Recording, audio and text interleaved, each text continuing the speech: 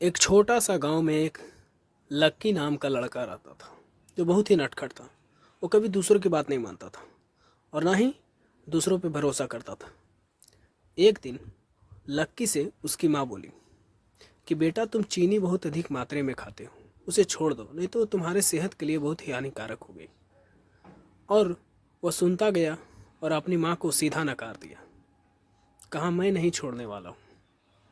फिर उसी गांव में एक दिन एक महिला ने लक्की की माँ से बोली कि बहन जी, गांव से दूर एक जंगल है जहाँ एक महात्मा जी रहते हैं। वे हमेशा दूसरों को हित उपदेश देते हैं, अच्छे करने के लिए सिखाते हैं। आप उनके पास जाइए, हो सकता है लक्की उनके बातों को सुनकर थोड़ा प्रभावित हो और अपनी गंदी आदतों को भूल जाए, गंदे काम करने को छोड़ दे। उसकी माँ बोलती है, ठीक है बहन जी, किसी दिन फुर्सत मिलने पर जाकर देखूंगा। और एक दिन उसकी माँ, लकी की माँ, एक दिन उसी जंगल में लकी को लेकर जाती है। जब वो महात्मा जी के पास पहुंचती है तो महात्मा जी कहते हैं, बहन जी, आप मेरे पास इस समय आए हैं कि मैं बहुत ही व्यस्त हूँ, इस समय मैं उसे कुछ भी नहीं बता सकता हूँ।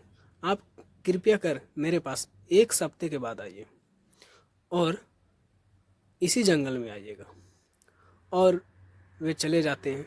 लकी और उसके माँ दोनों वापस अपने घर चल जाते हैं। फिर धीरे धीरे समय बीतता जाता है, एक हफ्ते पार हो जाते हैं। फिर लकी और उसकी माँ उसी जंगल में महात्मा जी के पास पहुँचते हैं। जब महात्मा जी के पास पहुँचते हैं तो महात्मा जी कहते हैं कि लकी बेटे, आओ मेरे पास बैठो। और महात्मा जी बोलते हैं कि बेटा, जब तुम मेरे पास आए थे, जब तुम उस दिन मेरे पास इस जंगल में आए थे, तो मैं उस दिन खुद चीनी का सेवन कर रहा था, इसलिए मैं तुम्हें उस दिन मना नहीं कर पाया। ज़रा सोचो कि एक आदमी जब गलत करता रहे और वो दूसरों को सिखाए कि गलत करना छोड़ दो, तो क्या ये उचित है? क्या ये उचित है दूसरों को बतलाना? जब तक आप अपनी आदतें नहीं सुधार लेते हैं, दूसरों को आप नहीं बता सकते हैं, नहीं समझा सकते। इसलिए पहले अपनी आदतों को छोड़ना बहुत ज़रूरी है। इसलिए बेटा, मैं चीनी छोड़ दिया हूँ। मुझे आशा है कि तुम भी अब छोड़ दोगे चीनी खाने के लिए। राहुल बोलता है, ठीक है गुरुजी, मैं स्वयं ही चीनी खाने के लिए छोड़ दूंगा। और राहुल फिर अपनी बुरी आदतों को त्याग कर देता है। इसलिए जब तक आप गलत करते रहते हैं, आप दूसरों को नहीं बतला सकते हैं अच्छे करने के लिए। Thanks for watching.